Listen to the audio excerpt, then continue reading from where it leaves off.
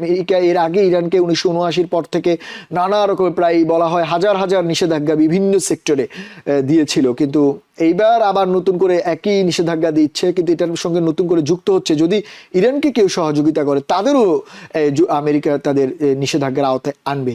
এটি কি ধরনের বার্তা দিচ্ছে? আর ইরানের এই নিষেধাজ্ঞা কাটানোর সামর্থ্য বা সক্ষমতা আছে কি?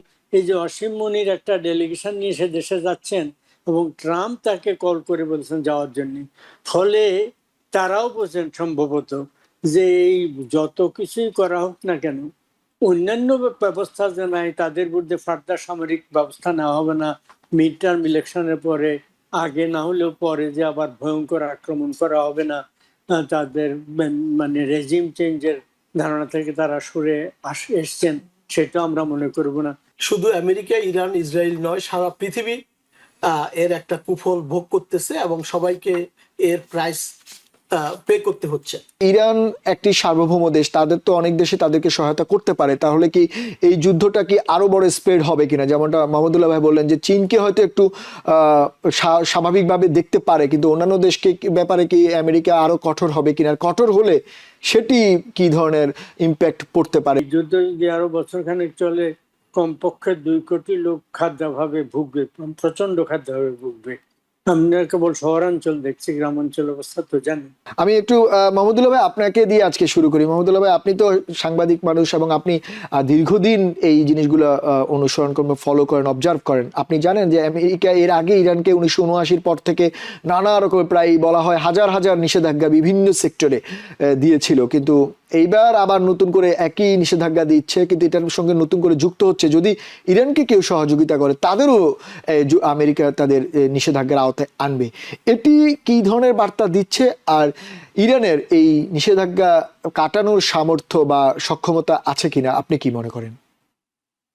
আপনাকে ধন্যবাদ। এটা একটা জটিল ব্যাপার, কিন্তু কথা হচ্ছে ইরান 1979 সাল থেকে তো চলছে এই ধরনের, মানে প্রায় 45 বছর, আরো বেশি, 30 বেশ না 55 বছর বোধ হয়। তো তারা এইরকম নিষেধাজ্ঞা ভিতর দিয়েই তো এসছে, এবং নিষেধাজ্ঞার এবারে যেটা অতিরিক্ত বলা হচ্ছে, এদের থেকে যদি নিষেধাজ্ঞা অমান্য করে কেউ জিনিসপত্র কেনে, তাদের তেল কেনে বা তাদেরকে বিক্রি করে, এটা তো সেটা এর আগে ছিল না এমন না। এবারে কড়াকড়িতে আরো বেশি ভাবে কঠোর, ব্যাংকিং সিস্টেমের উপরে কঠোর করা হবে। আমদানি রপ্তানিকারক যারা লিস্টে থাকবে, তাদের দেশ থেকে যারা বিভিন্ন দেশে আমদানি করবে, কেবল ওই রাষ্ট্রের উপরে না, ওই ব্যক্তি বা প্রতিষ্ঠান, ওই কোম্পানি, তাদের উপরে আরোপ করা হবে এই ধরনের কড়াকড়ি। তো এই ধরনের এর আগে শুনেন উত্তর কোরিয়ার উপরে তো বছর পর বছর এরকম নিষেধাজ্ঞা ছিল, তারা সেটার ভিতর দিয়ে পারমাণবিক শক্তিতে পরিণত হয়েছে এবং যথেষ্ট শক্তিশালী একটা সামরিক শক্তিতে পরিণত হয়েছে ওই অঞ্চলে। তো ইরানও এগুলো এত নিষেধাজ্ঞা কাটিয়ে তার ভিতর দিয়ে অস্ত্র উৎপাদন করেছে, এবং দেখা যাচ্ছে যে যথেষ্ট মানে উন্নত পর্যায়ের অস্ত্র, একবারে কাটিং এজ টপ, মানে যুক্তরাষ্ট্র বা সোভিয়েত ইউনিয়ন সব রাশিয়ার টপ গুলোর সাথে পাল্লা দেওয়ার মতো না, কিন্তু মোটামুটি উচ্চ পর্যায়ের, উচ্চ মাত্রা, উচ্চ ক্ষমতা সম্পন্ন অস্ত্র, মিসাইল ইত্যাদি তারা উৎপাদন করেছে, ড্রোন উৎপাদন করেছে, রাশিয়াকে ইউক্রেন যুদ্ধের জন্য ড্রোন সাপ্লাই দিতে পেরেছে ইত্যাদি। ফলে এইরকম নিষেধাজ্ঞার ভিতর দিয়ে তাদের আমদানির উপরে, তাদের রপ্তানির উপরে সবসময় নিষেধাজ্ঞা ছিল। এমন এক অবস্থা হয়েছিল যে তাদের প্রয়োজনীয় ঔষধপত্র, বাচ্চাদের খাদ্য, মানে প্রয়োজনীয় জিনিসপত্র বিদেশ থেকে আমদানি করতে পারছে না, এরকম তো আগেও ছিল। তো ফলে তারা অভ্যস্ত হয়ে গেছে। 2 নম্বর হচ্ছে যে মোটামুটি তো একটা রেজিমেন্টেড সোসাইটি, সেখানে গণতন্ত্র যেমন আছে তেমনি ভাবে যে মোল্লাতন্ত্র দেশ শাসন করছেন, তাদের একটা খুব কঠোর কবজার ভিতরে জনগণ আছে, এক ধরনের স্বাধীনতা ভোগ করে। এর ভিতরে একটা মানে কনজিউমার সোসাইটি হয়েছে ওয়েস্টের মতো। এই মাত্র গতকাল থেকে তেহরানের সমস্ত ক্যাফে বন্ধ করে দেওয়া হয়েছে, তবে এই যুদ্ধের ভিতর দিয়ে, বম্বিং ইত্যাদির ভিতর দিয়েও সেখানকার ক্যাফেগুলো দেখবি, ক্যাফেতে লোক গুলজার দিবারাত্রি, রাত 12টা পর্যন্ত। রেস্টুরেন্ট গুলো গুলজার ছিল, বাজারগুলো গুলজার ছিল, তাদের স্পাইস বাজার, ওল্ড বাজার, কাভার্ড বাজার সবগুলো এই আমেরিকান টিভিতে আমরা দেখেছি এগুলো, এবং জনগণ যাতায়াত করছিল এরই ভিতর দিয়ে, এবং একদিকে বম্বিং হচ্ছে, ঠিক বম্বিং এর আগুন জ্বলছে, পাশ দিয়ে লোক চলছে, তো তার মানে এক ধরনের জীবন হবে যা হবে এই ধরনের একটা ব্যাপার। এই ফলে তাদের জন্য কিছু কষ্ট হবে, জনগণের সাফারিং বাড়বে, যত অর্থনীতি যথেষ্ট ক্ষতিগ্রস্ত হয়েছে, ইন্ডাস্ট্রি অনেক ক্ষতিগ্রস্ত হয়েছে, কিছু ব্রিজ উড়িয়ে দেওয়া হয়েছে, কিছু পাওয়ার স্টেশন উড়িয়ে দেওয়া হয়েছে। তো ফলে মানে মিলিটারি কমপ্লেক্স ইত্যাদির চাইতে জনগণের জীবনযাত্রাকে ইম্প্যাক্ট করতে পারে সেরকম অনেক ক্ষতি হয়ে গেছে কোন নিঃসন্দেহ। এবং এই যুদ্ধ যদি আরো বছরখানেক চলে, কমপক্ষে 2 কোটি লোক খাদ্যাভাবে ভুগবে, প্রচন্ড খাদ্যাভাবে ভুগবে। আমরা কেবল শহরাঞ্চল দেখছি, গ্রামাঞ্চল অবস্থা তো জানি, স্ট্র্যাটেজি গুলো দেখছি। ফলে এই অবস্থা দিয়ে তারা একেবারে চলতে পারবে না, মুষড়ে পড়ে যাবে ভয়ঙ্কর, এটা একটা কথা। 2 নম্বর, চীনের প্রেসিডেন্ট সি মানে কয়েক সপ্তাহের মধ্যে ওয়াশিংটনে আসবেন প্রেসিডেন্ট ট্রাম্পের সাথে, এবং দুই দেশের সম্পর্ক পরস্পরের জন্য খুব গুরুত্বপূর্ণ। এবং চীন বলেছে, এটা সমালোচনা করেছে এই ধরনের স্যাংশন দেওয়ার, এবং বলেছে ওই দেশ থেকে তেল আমদানির ক্ষেত্রে তারা তাদের নিজের দেশের স্বার্থ সেটাকে অগ্রাধিকার দেবে। তো এখানে স্বার্থ অগ্রাধিকার দিল হরমুজ প্রণালী দিয়ে আমদানি রপ্তানি বন্ধ থাকার কারণে তারা সেদিক দিয়ে তো তেল তেমন একটা পাচ্ছে না। স্থলপথে কিছু কিছু আমদানি ব্যবস্থা হচ্ছে সম্ভবত, এবং হয়তো সেটা আরো বাড়াতে থাকবে।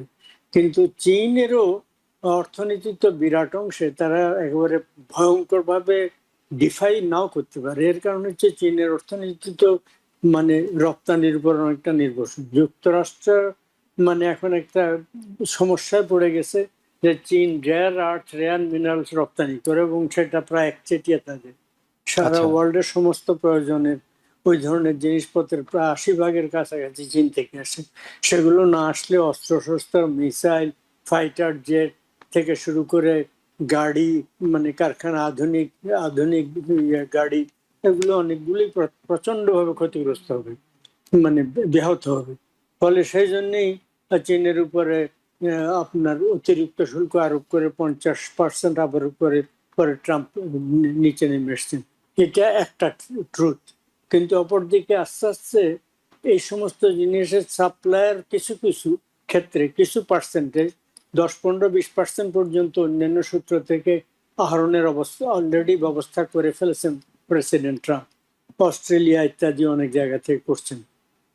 কানাডাও কিছু সাপ্লাই দেয়, এখন তাদের সাথে আবার ট্রেড ওয়ারের কারণে তারা সেটা বন্ধ করবে ইমিডিয়েটলি, তা মনে হয় না। যাও, তো ফলে এই সেইটার কারণে ট্রাম্প হয়তো মানে চীন কিছু পরিমাণে আমদানি করলে, বেশি পরিমাণে আমদানি মানে হরমুজ প্রণালী না খুললে তো পারবে না, কিন্তু কিছু পরিমাণে স্থলপথে আমদানি করলে সম্ভবত চীনের ব্যাপারে অত কঠোর নীতি নেবে না, কিন্তু অন্যদের ক্ষেত্রে সম্ভবত তিনি নেবেন।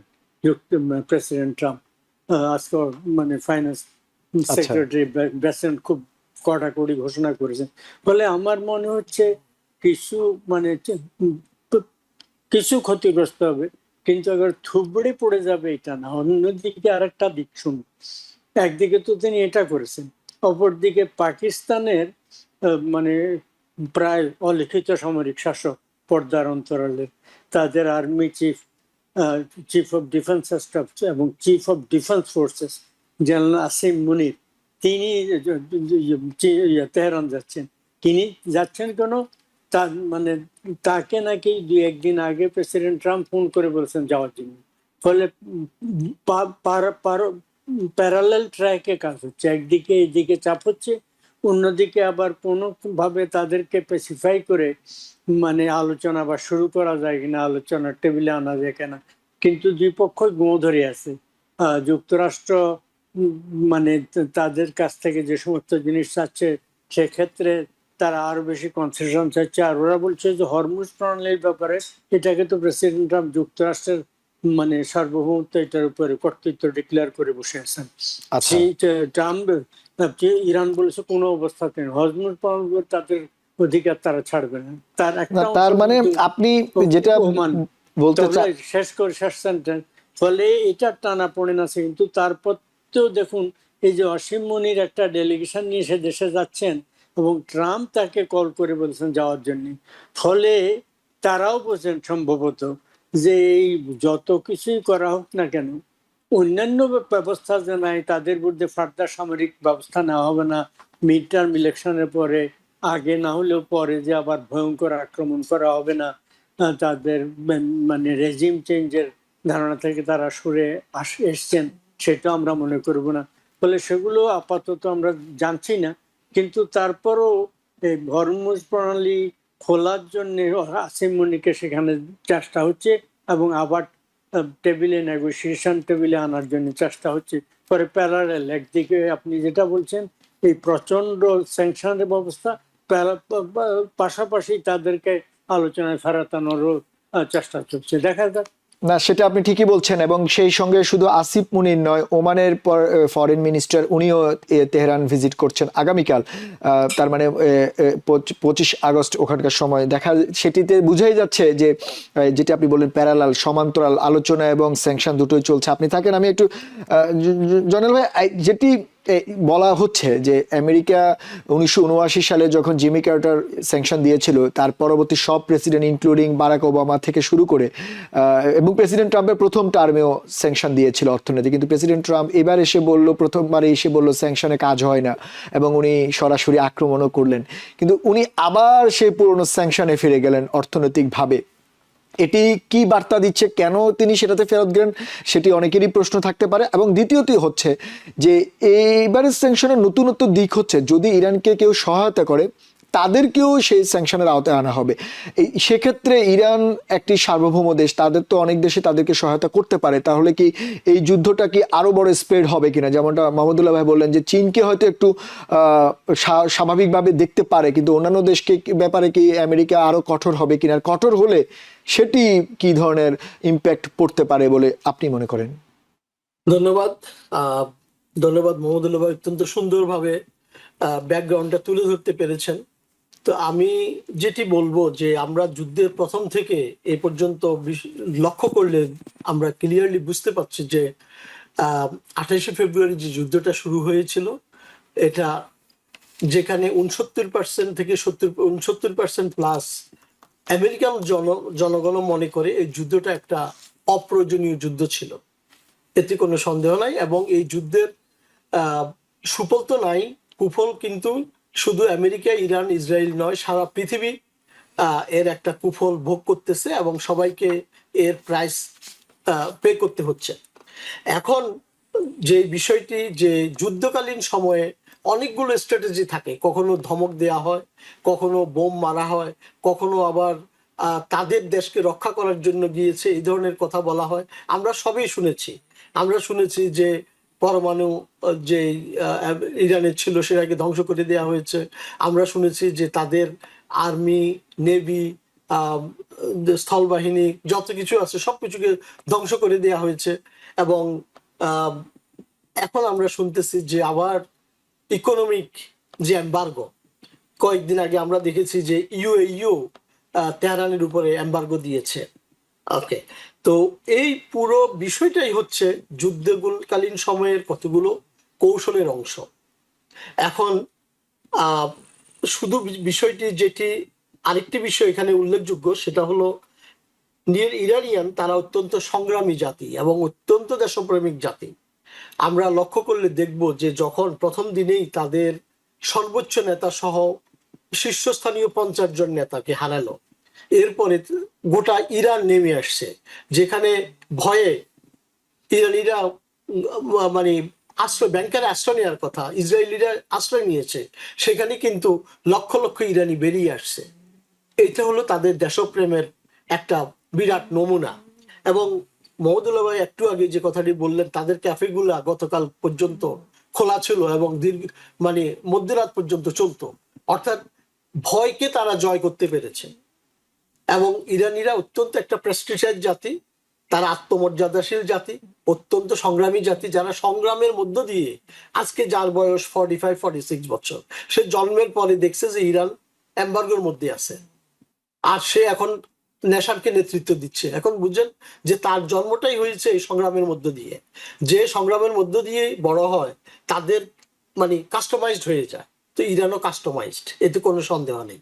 হ্যাঁ, এখন যেই বিষয়টি অর্থনৈতিকভাবে যেটিকে জোর দেওয়া হচ্ছে যে কেউ যদি সেকেন্ডারি এমবার্গো, যেটা যে কোনো কান্ট্রি যদি ইরান থেকে কোনো কিছু কেনে অথবা ইরানের কাছে বিক্রি করে, তাদের উপরও করবে, এটাও কিন্তু নতুন না। আমরা ডোনাল্ড ট্রাম্পের প্রথম টার্মেও দেখেছি, এখন এখনো দেখছি। তো এই এই বিষয়টা নতুন না, এই জন্য ইরানকে তারা চাচ্ছে যে আইসোলেট করে দিতে ইকোনমিক্যালি অ্যান্ড ফিনান্সিয়ালি, যেটা তাদের যে অয়েল রেভিনিউটা রেস্ট্রিক্ট হবে, তাদের উপরে একটা প্রেশার পড়বে। মূল কথা হলো তাদেরকে আবার আলোচনার টেবিলে ফিরিয়ে আনা।